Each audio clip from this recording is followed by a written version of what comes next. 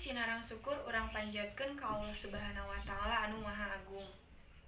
Alhamdulillah, tina dinten ieu urang tiasa kempal sasarangan dina acara ieu. Hadirin anu kusim kuring dipika hormat, Bapak Kepala Sekolah anu kusim kuring dipika hormat, guru-guru sareng rerencangan anu kusim kuring dipika hormat.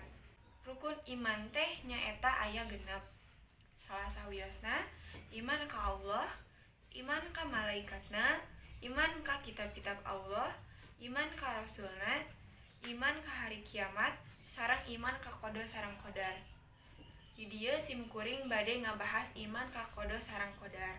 Iman ka qada sareng qadar teh nyaeta iman rukun iman anu kagenep. Iman nyaeta hartina yakin atawa percaya. Qada hartina menurut bahasa teh katetapan, sedangkeun qadar nyaeta hartina ukuran. Beriman ka qada jeung qadar teh seueur manfaatna. Di antarana tiasa nguatkeun iman sareng katakwaan ka Allah Subhanahu wa taala. Selain ti eta bisa oge nyadarkeun yen segala perkara atau kejadian anu aya di bumi ieu teh tos diatur ku Allah Subhanahu wa taala. Matak ayana qada jeung qadar ieu teh bisa numbuhkeun kateguhan hate sareng kasabaran urang salila hirup di dunia. Masalah atau rintangan naon we anu aya di hirup urang teh ngarupakeun katetapan ti Allah Subhanahu wa taala. Jadi urang teh kudu tawakal. Da segala rupa ge tos aya ijina ti Allah. Urang sadaya moal tiasa ngahindar ti katetapan Allah.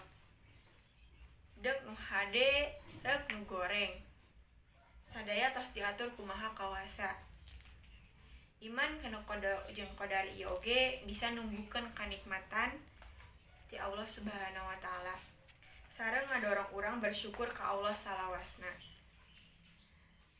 Sakieu heula pidato simkuring. Hapunten bilih aya cariosan anu kirang merenah. Hatur nuhun perhatosanana. Wassalamualaikum warahmatullahi wabarakatuh.